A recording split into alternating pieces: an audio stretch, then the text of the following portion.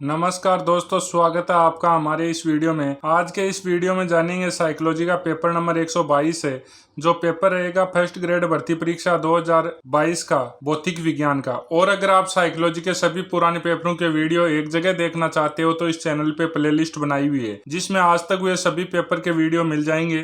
Playlist का link video के description में है।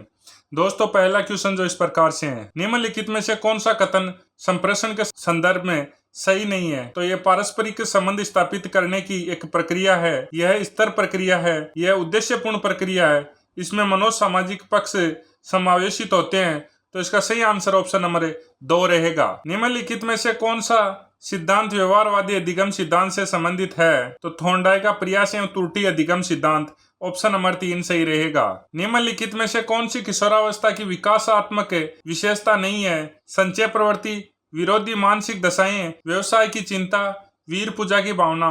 तो इसका सही आंसर ऑप्शन नंबर 1 रहेगा। वर्तमान बौद्धिक संरचनाओं में नवीन अनुभवों के आधार पर परिमार्जन, परिवर्तन और विस्तारण करना कहलाता है। तो समाविष्टीकरण, ऑप्शन नंबर 3 सही रहेगा। निम्नांकित में से कौन सी एक दृश्य शिक्षण सामग्री नहीं है? श्यामपट्ट, पोस्टर, ग्लोब, टेप रिकॉर्डर। तो इसका सही आंसर ऑप्शन नंबर 4 रहेगा, टेप रिकॉर्डर। निम्नलिखित में से कौन सा सांवेगिक बुद्धि के मापन हेतु मानकीकृत प्रशिक्षण नहीं है? तो मेयर सांवेगिक बुद्धि मापनी, मेयर, शेलॉवी और रूसो सांवेगिक बुद्धि परीक्षण है। बार ऑन सांवेगिक बुद्धि अनुसूची, थ्रस्टन सांवेगिक बुद्धि मापनी। तो इसका सही आंसर ऑप्शन नंबर 4 रहेगा। निम्नलिखित में से कौन सा कारक है जो अवलोकनात्मक अधिगम को प्रभावित नहीं करता? अवधान, धारण, उत्पाद प्रक्रियाएं, इशारा। तो इसका सही आंसर ऑप्शन नंबर 4 रहेगा, इशारा। निम्नलिखित में से कौन सी एक शिक्षा मनोविज्ञान की प्रकृति नहीं है? शैक्षिक वातावरण के संदर्भ में अधिगमकर्ता के व्यवहार का अध्ययन करता है। यह अधिगमकर्ता के व्यवहार अध्ययन हेतु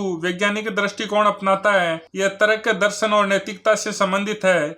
यह अधिकतर पर्यावरण के संबंध में शिक्षार्थी के वर्तमान व्यवहार में क्या और क्यों हो रहा है यह से संबंधित है। तो इसका सही आंसर ऑप्शन नंबर 3 रहेगा। निम्नलिखित में से कौन सा नकारात्मक संवेग का प्रकार है? तो भय, ऑप्शन नंबर 2 सही रहेगा। निम्नलिखित में से कौन सी परिपक्व नैतिकता की विशेषता नहीं है? तो स्वयं तथा अन्य लोगों की भावनाओं पर ध्यान देना, स्थिति संबंधी तथ्यों और उनके परिणामों पर ध्यान देना, प्राकृतिक परिणामों का अनुशासन, नैतिक सिद्धांतों के निर्माण और उनके संशोधन की योग्यता। तो इसका सही आंसर ऑप्शन नंबर 3 रहेगा। निम्नलिखित में से कौन सा संप्रत्यय शास्त्रीय अनुबंध से संबंधित नहीं है? विस्तार, स्वाभाविक पुनर्प्राप्ति, उद्दीपन सामान्यकरण, उद्दीपन विभेदीकरण। तो इसका सही आंसर ऑप्शन नंबर 1 रहेगा। दोस्तों, ओल्ड पेपर के इंपॉर्टेंस को देखते हुए पेपर साथी ऐप लेके आया है साइकोलॉजी की टेस्ट सीरीज, जिसमें आपको मिलेंगे आज तक हो चुके 134 से पुराने पेपरों के टेस्ट है। वह 15 चैप्टर वाइज टेस्ट है, जिसमें इंपॉर्टेंट क्वेश्चन व ओल्ड एग्जाम क्वेश्चंस रहेंगे, तथा साथ ही में आपको मिलेंगे आरबीएसई बोर्ड व एनसीईआरटी बोर्ड साइकोलॉजी की कक्षा 11 व 12 के चैप्टर वाइज टेस्ट है। यह सब कुछ आपको इस टेस्ट सीरीज में मिलेगा। टेस्ट सीरीज का लिंक वीडियो के डिस्क्रिप्शन में है। निम्नलिखित में से कौन सा सहकारी अधिगम का गुण नहीं है? तो यह अधिगमकर्ता केंद्रित उपागम है। इस प्रक्रिया में अध्यापक का प्रभुत्व संभव नहीं है। इस प्रक्रिया में विद्यार्थियों में मतभेद उत्पन्न हो सकते हैं। इस प्रक्रिया में विद्यार्थियों को मुक्त, प्रतिस्पर्धा रहित, अभिप्रेरणात्मक वातावरण कक्षा कक्ष में मिलता है। तो इसका सही आंसर ऑप्शन नंबर 3 रहेगा। संपर्त्य उपलब्धि प्रतिमान के प्रवर्तक कौन थे? तो जेरोम एस बूर्नर, ऑप्शन नंबर 2 सही रहेगा। सूचना एवं संप्रेषण की दुनिया में सूचना एवं संप्रेषण विज्ञान शब्द का प्रयोग सर्वप्रथम कब हुआ? 1950 ईस्वी में, ऑप्शन नंबर 2 सही रहेगा। किसने कहा कि शिक्षा मनोविज्ञान की वह शाखा है जो सीखने और सिखाने की प्रक्रिया का अध्ययन करती है? तो स्किनर ने, ऑप्शन नंबर 1 सही रहेगा। निम्नलिखित में से कौन सा कंप्यूटर सहायक अनुदेशन की मूलभूत मान्यता नहीं है?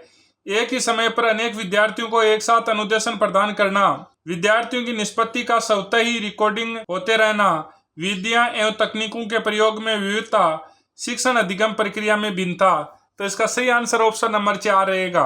निम्नलिखित में से कौन सा युग्म निर्मितवाद का प्रकार नहीं है? तो संज्ञानात्मक निर्मितवाद, सामाजिक निर्मितवाद, भावनात्मक निर्मितवाद, मनोक्रियात्मक निर्मितवाद, सामाजिक निर्मितवाद, रेडिकल निर्मितवाद, संज्ञानात्मक निर्मितवाद। तो इसका सही आंसर ऑप्शन नंबर 2 रहेगा। अगला क्वेश्चन डिलीट। अनुदेशात्मक प्रणाली उपागम के प्रयोग संबंधी तीसरा सोपान निम्नलिखित में से कौन सा है? तो अनुदेशनात्मक प्रणाली को अभिकल्पित एवं विकसित करना, ऑप्शन नंबर 2 सही रहेगा। निम्नलिखित में से कौन सी अग्रिम संघटक प्रतिमान की विशेषता है? तो इस प्रतिमान का आधार सार्थक शाब्दिक अधिगम है तथा इस प्रतिमान का उद्देश्य अधिगमकर्ता के वर्तमान संज्ञानात्मक संरचना में मजबूती प्रदान करना है। तो इसका सही आंसर ऑप्शन नंबर 3 रहेगा। दोस्तों, अगर आपको पुराने पेपर ज्यादा से ज्यादा पढ़ने हैं तो आप प्ले स्टोर पर जाकर पेपर साथी ऐप डाउनलोड कर वहां से पढ़ सकते हैं। जय हिंद, जय भारत।